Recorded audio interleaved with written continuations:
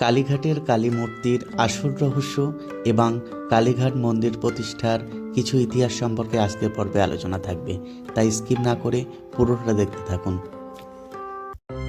Welcome to we love Hindustan.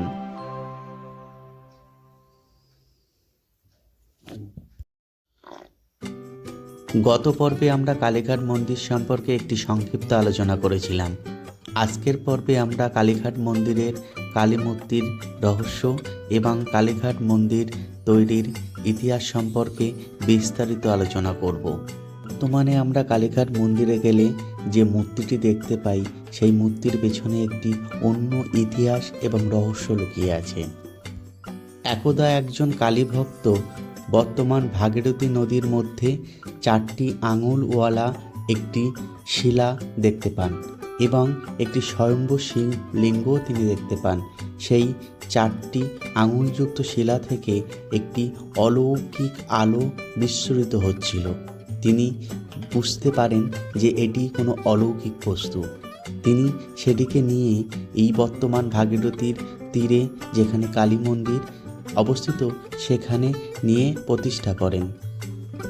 পরবর্তীকালে কালীভক্ত আত্মরাম গিরি এবং ব্রহ্মানন্দ গিরি বর্তমান যে কালী মূর্তির অবয়বটি আমরা দেখতে পাই সেটিকে তৈরি করেন এবং এই মূর্তির মধ্যে 3টি চোখ এবং সোনা দিয়ে একটি জিহ্বা এবং রূপো দিয়ে 4টি হাত তৈরি করে মূল মূর্তির সাথে জুড়ে দেন।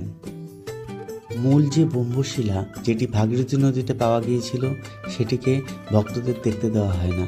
এমনকি এই যে শিলা সেটিকে বর্তমান যারা পুরোহিতরা আছেন তারাও কিন্তু সেটিকে দর্শন করেন না, কারণ এটি প্রচলিত আছে যে সেই শিলা যদি কেউ দর্শন করে তাহলে সে কিন্তু অন্ধ হয়ে যেতে পারে কিংবা তার জীবন সংশয় হতে পারে।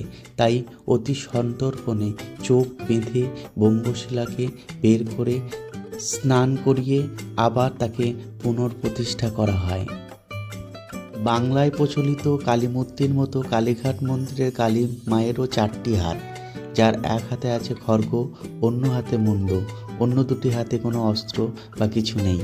যে হাতে খড়গ আছে সেটিকে বলা হয় জ্ঞান, যে হাতে মুন্ডু আছে সেটাকে বলা হয় অহংকার, অর্থাৎ জ্ঞান দিয়ে অহংকারকে বিনাশ করার চিহ্ন। অন্য 2 হাতে, এক হাতে তিনি অভয় দান করছেন, অন্য হাতে তিনি বরদা অর্থাৎ সবাইকে রক্ষা এবং আশীর্বাদ প্রদান করছেন। কালীঘাট মন্দিরের ঐতিহাসিক গুরুত্বও কম নয়। 400 থেকে 600 খ্রিস্টাব্দে যখন গুপ্ত রাজারা আমাদের বাংলা শাসন করছে সেই সময়কার মুদ্রাতে আমরা কালীঘাট মন্দিরের উল্লেখ পাই। এছাড়া 1500 শতকে মনসার ভাসান কিংবা 1700 খ্রিস্টাব্দে কবি কঙ্কন চণ্ডীর কাব্যগ্রন্থেও আমরা কালীঘাট মন্দিরের উল্লেখ পেয়ে থাকি। কালীঘাট মন্দিরের প্রতিষ্ঠা 1809 খ্রিস্টাব্দ ধরা হলেও কয়েকটি জনশ্রুতি অনুসারে এই 1809 খ্রিস্টাব্দের বহু পূর্বেই কালীঘাট মন্দিরের প্রতিষ্ঠা হয়ে গিয়েছিল। কারণ একটি মত অনুসারে রাজা বসন্ত রায়, যিনি যশোরের রাজা ছিলেন এবং প্রতাপাদিত্যের কাকা ছিলেন, তিনি অনেক আগেই কালীঘাট মন্দির প্রতিষ্ঠা করেছিলেন। এক সময় ভাগীরথী নদী দিয়ে যে সমস্ত বণিকরা ব্যবসা করতেন, মনে করা হয় তাদের অনেকেই এই কালীঘাট নামক স্থানে নৌকা নোঙর করে তারা কিন্তু কালী মাকে আরাধনা করতেন।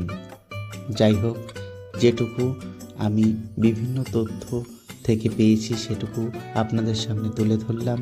আগামী পর্বে অন্য কোনো মন্দির সম্পর্কে বিস্তারিত আলোচনা করব।